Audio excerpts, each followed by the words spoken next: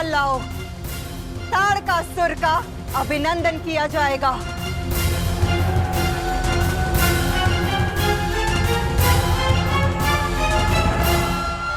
नारायण, ब्रह्मदेव, आप दोनों से कुछ भी नहीं छिपा है। तारकासुर नाम का संकट हम देवताओं की ओर क्रूरता से देख रहा है, और ऐसे विपदा के समय में स्वयं महादेव ने हमसे दृष्टि फेर ली है। वो देखिए, असुरलोक की ओर देखिए।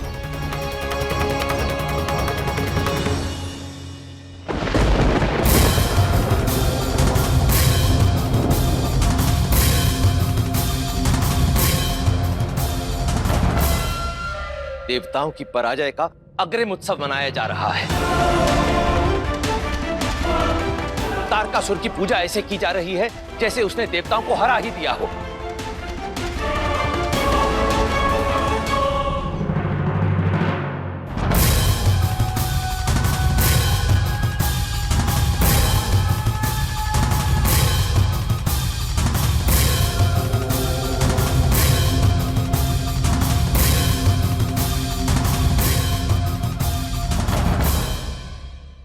नारायण, ब्रह्मदेव, आप दोनों को ही कुछ करना होगा, अन्यथा ये संसार कैसे चलेगा?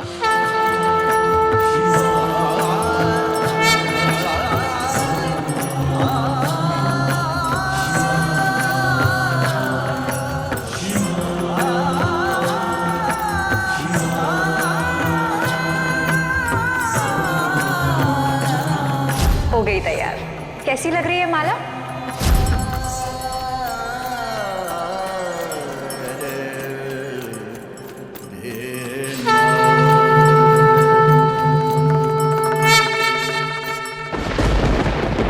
तीनों लोगों में कोई भी तारका को परास्त नहीं कर सकता। आज तक युग ये देवों के नाम से जाने जाते थे, परंतु अब मेरे युग को तारकासुर के नाम से जाना जाएगा।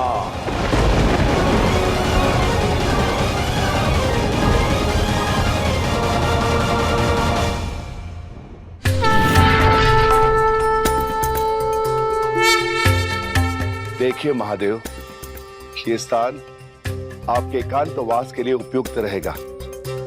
यहाँ ना कोई आता है ना जाता है, यहाँ आप रहेंगे और आपकी सेवा में हम। एकांत का अर्थ है संपूर्ण एकांत नंदी। ना सेवा चाहिए, ना साथी, ना जन चाहिए, ना गण। चंद्रदेव, वासुकी, आपने सुना नहीं क्या? मुझे संपूर्ण एकांत चाहिए।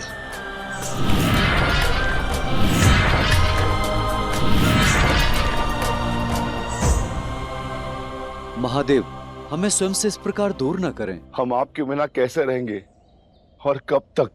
महादेव, ये कैसे संभव? यदि हमसे कोई भूल हुई है तो हमें क्षमा कर दीजिए। किसी ने कोई भूल नहीं की, बस मैं कुछ समय स्वयं के साथ रहना चाहता हूं, संपूर्ण एकांत में, और इसमें मेरे साथ आप भी नहीं रहेंगे।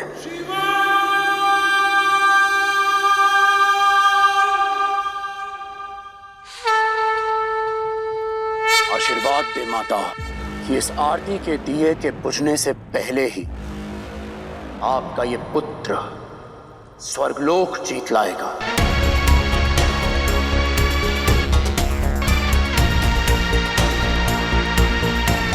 मेरी ओर से आपके लिए मेरा उपहार होगा।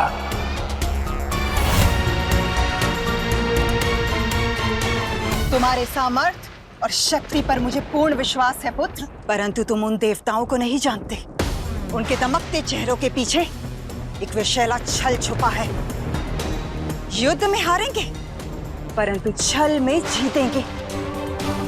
इसलिए पहले उनके इस छल के अस्त्र के लिए कवच प्राप्त करो। ब्रह्मदेव का तप करके वरदान मांगो। उसके बाद तुम्हें स्वर्ग ही नहीं तीनों लोकों का स्वामी बनने से कोई नहीं रोक सकता पुत्र। जो वरदान से शक्तिमान बनते हैं, वर जाते ही उनकी शक्ति, उनकी ख्याति चली जाती है असुर माता।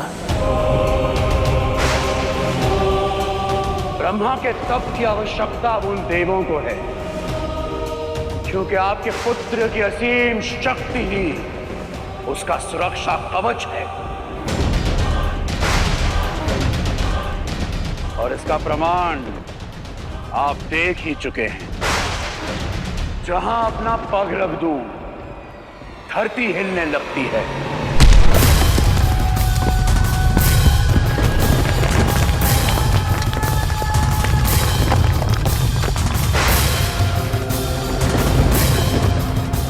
जिस वस्तु पर मैं क्रोध से अपनी दृष्टि डालूं, वो भस्म हो जाती है।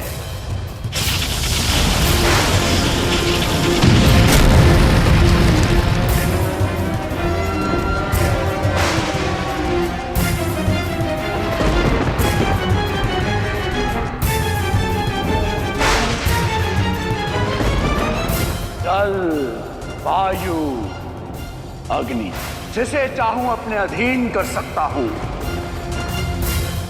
मेरा भला कोई क्या बिगाड़ सकता है? मुझे किसी सुरक्षा कवच की कोई आवश्यकता नहीं है। मैं अविजित हूं, अपराजित हूं।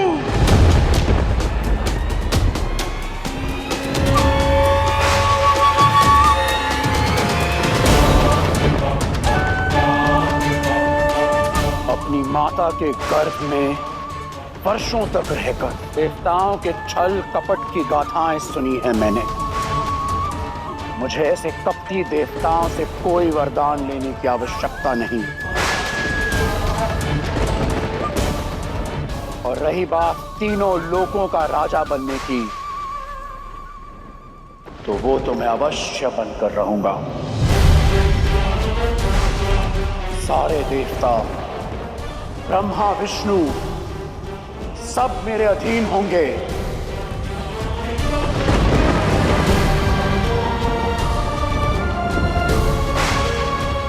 और आप उसकी साक्षी होंगी।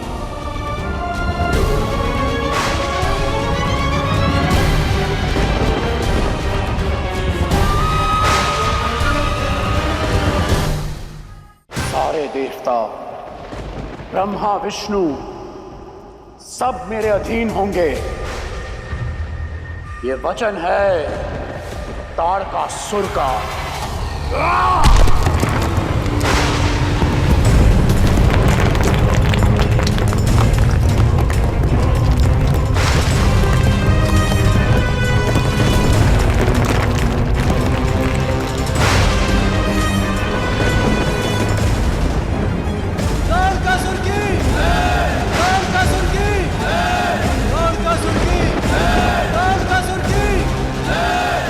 राजा वो होता है ताड़कासुर जो मनमानी नहीं करता। मेरे आदेश का पालन करो। क्षमा करें माता, मैं श्रेष्ठ नहीं, सर्वश्रेष्ठ हूं। और तीनों लोकों का एक लौता राजा बनने के लिए मैं किसी का भी अंकुश स्वीकार नहीं करूंगा। मैं नियमों से बंधूंगा नहीं, अपने नियमों से सृष्टि को बांधूंगा।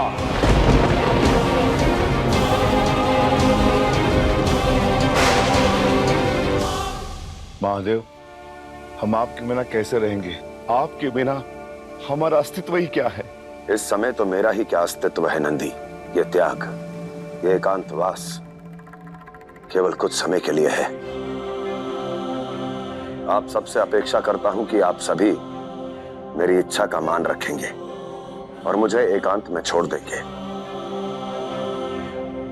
ये मेरी इच्छा भी है और आदेश भी।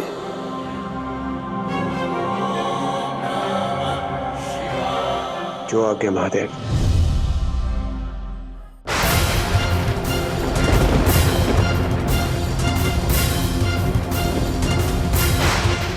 मैंने निर्णय ले लिया है। हम विश्व विजय अश्वमेध यज्ञ करेंगे। अश्वमेध यज्ञ करेंगे। अश्वमेध यज्ञ करेंगे।